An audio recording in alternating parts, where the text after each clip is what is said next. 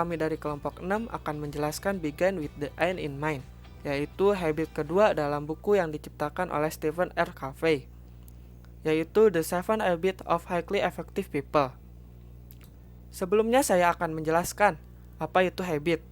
Habit atau kebiasaan adalah perilaku yang dilakukan secara berulang-ulang tanpa melalui proses berpikir. Karena perilaku tersebut adalah respon terhadap sesuatu yang umumnya adalah perbuatan kita sehari-hari. Dalam buku yang diciptakan oleh Stephen R. Covey, terdapat 7 habit. Habit yang pertama yaitu be proactive, begin with the end in mind, put first thing first, think win-win, seek first to understand and then to be understood, synergize, dan sharpen the saw. Begin with the end in mind merupakan salah satu dari The 7 Habits of Highly Effective People yang ditulis oleh Stephen Covey. Arti yang pertama dari Begin with the end in mind ini adalah mengetahui dengan jelas gambaran hidup yang kita miliki. Arti yang kedua, memikirkan segala sesuatu yang akan dilakukan sebelum melakukannya. Contoh dari kedua kalimat ini, salah satunya, sejak kecil kita sudah tidak asing lagi dengan pertanyaan mengenai cita-cita. Pertanyaannya biasanya kayak gini nih, kamu kalau udah besar mau jadi apa? Atau cita-cita kamu nanti mau jadi apa? Nah, pertanyaan-pertanyaan seperti ini merupakan salah satu penerapan dari Begin with the End in Mind. Pertanyaan mengenai masa depan dapat melatih otak kita atau pikiran kita untuk dapat membayangkan akan seperti apa dan bagaimana hidup yang akan kita jalani dan akhir dari hidup kita. Hal yang ditegaskan dalam Begin with the End in Mind ini adalah kita dituntut untuk harus tahu apa yang menjadi tujuan hidup kita. Yang kedua, setelah kita mengetahui apa yang menjadi tujuan hidup kita juga harus bisa menentukan langkah-langkah yang tepat yang akan kita ambil untuk kita dapat mencapai tujuan dari hidup kita. Selanjutnya, di sini saya memiliki beberapa contoh, 3 contoh mengenai Begin with the End in Mind. Contoh yang pertama, jika saya ingin lulus dengan nilai A, maka saya harus belajar dengan giat. Contoh yang kedua, saat saya berusia 30 tahun, saya harus sudah mendirikan perusahaan sendiri. Contoh yang ketiga, jika saya berbohong, maka orang lain tidak akan percaya lagi pada saya. Dari 3 contoh ini, kita dapat membayangkan atau mendapat gambaran lebih jelas mengenai Begin with the End in Mind. Penjelasan selanjutnya akan dijelaskan oleh teman saya. Oke, jadi di sini saya akan menjelaskan langkah-langkah yang sebaiknya bahkan seharusnya dilakukan jika kalian ingin membuat suatu target, goal setting, atau tujuan yang baik. Yang pertama adalah tetapkan mimpi atau tujuan hidup. Nah, mimpi atau tujuan hidup bisa menjadi sangat sederhana. Contohnya seperti, saya ingin menjadi anak terbaik bagi orang tua saya. Atau, saya ingin menjadi artis dengan karya yang berkualitas sehingga dikenal di seluruh dunia. Dengan menetapkan tujuan seperti ini, akan memberi kita visi dan juga motivasi jangka panjang. Karena kita tahu setiap aksi yang kita lakukan akan membawa kita menuju suatu tujuan besar dalam kehidupan kita. Langkah kedua adalah gunakan metode SMART atau Smart Goal Setting. Nah, SMART ini apa sih?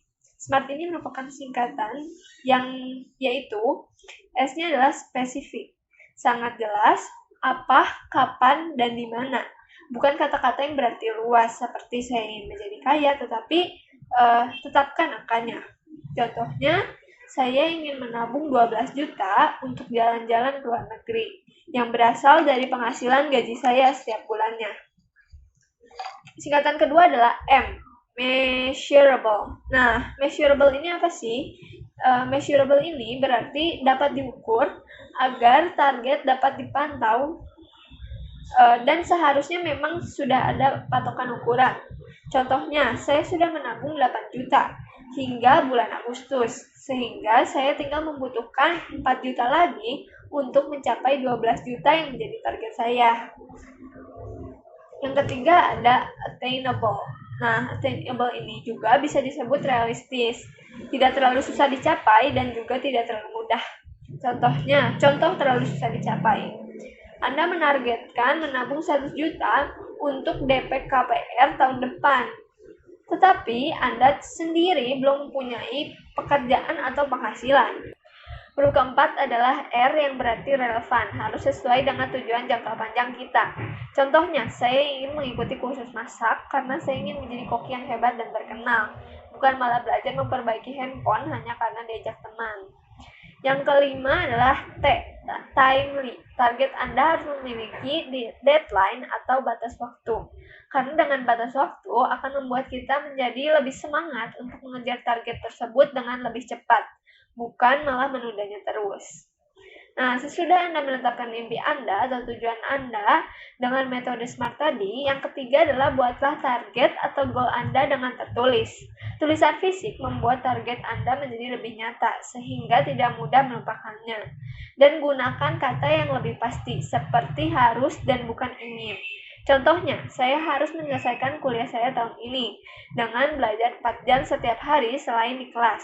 Dan tulisan ini bisa diletakkan di tempat yang selalu dapat kita lihat, sehingga dapat memberi semangat kita setiap harinya. Langkah keempat adalah buatlah action plan. Seringkali kita hanya semangat dalam membuat tujuan akhir, sehingga kita menetapkan langkah-langkah yang harus dilakukan sehingga kita lupa untuk menetapkan langkah-langkah yang harus dilakukan sepanjang perjalanannya. Padahal langkah-langkah kecil inilah yang menuntun kita menuju hasil yang besar.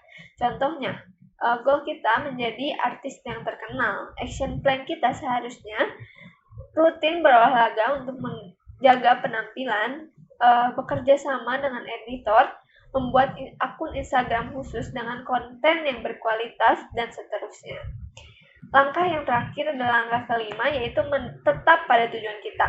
Dalam perjalanan menuju tujuan kita, sudah pasti terdapat banyak rintangan. Tetapi perlu disadari bahwa kalau rintangan tersebut lebih kecil daripada tujuan yang telah kita pegang teguh sejak awal. Untuk membantu kita pada tujuan kita, kita bisa melakukan beberapa hal, yaitu berikan diri kita reward untuk setiap langkah yang sudah kita berhasil lakukan untuk mencapai tujuan kita. Yang kedua yaitu berdoa kepada Tuhan, karena kita tetap manusia biasa yang terbatas dan harus mengaitkan Tuhan dengan setiap kehidupan kita.